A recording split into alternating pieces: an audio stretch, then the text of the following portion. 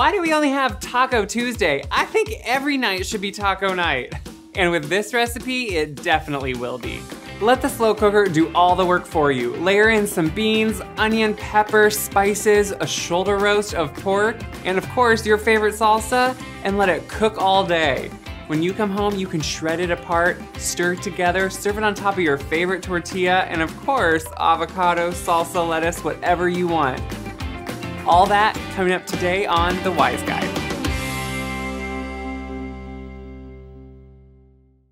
You know that dusty old slow cooker you have probably in the bottom of your pantry or in the back of a closet? Yeah, it's time to get that out. I use them all winter long, and that's why all the recipes I'm bringing you this winter are gonna be slow cooker recipes. Because they do all the work for you, go to work, come home, have a delicious meal. These slow cooker Carnitas tacos are perfect for any weeknight meal, and they're extremely easy. Let's get started.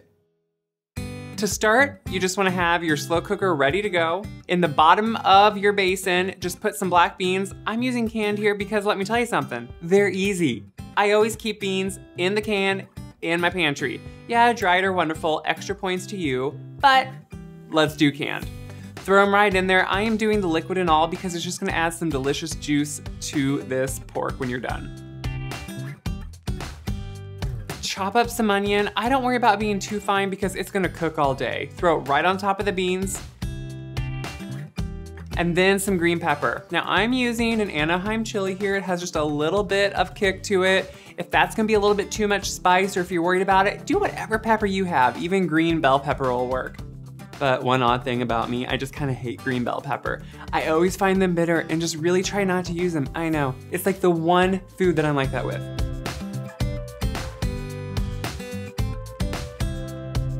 For the spices, I like to keep it fairly simple. Some paprika, cumin, and Mexican oregano.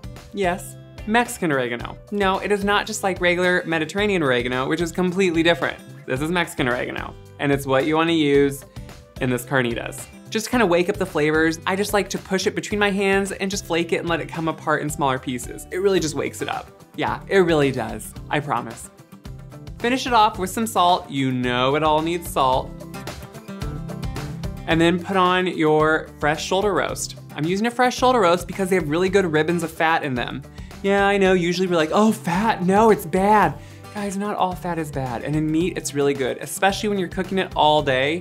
That fat is gonna melt and really make it tender and juicy. I promise, fat is good. If you think there's too much fat on the side or there's an extra thick cap on it, just kind of take off a thin layer of that till you get to some of the meat. Not a big deal, just take off a little bit.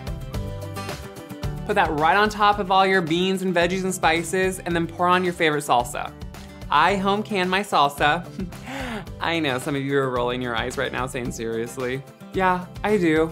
Don't judge, don't hate, it's delicious. But just pick up whatever is your favorite salsa. If you have a home canned, great. If not, whatever you like.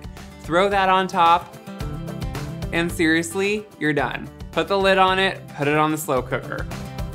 If you're gonna be gone all day, just put it on low. You could even do it overnight, have it ready to go in the morning, and then throw it in the fridge when it's done.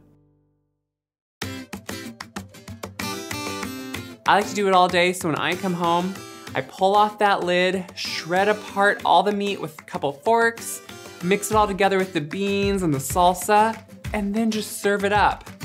Obviously, this practically serves itself because it's so good, but I just like to take some tortillas, put on some of the meat and bean mixture, put on my favorite lettuce or cheese, avocado, salsa. You know, it's one of those things where you kind of lay out all the condiments and you think, oh yeah, I'll just take a little bit of this and a little bit of that. And all of a sudden you have like a mile-high taco on your hands and you have to try to eat it. And then you're like, oh no, I meant to eat it with a fork.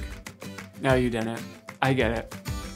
Forget about going to your favorite taco place. Well, don't, because we all need a favorite taco place. But these are so good, you can make them all the time at home because your slow cooker did the work. Thanks for watching, and you guys know what to do. Like, share, subscribe, and I'll see you next time on The Wise Guide.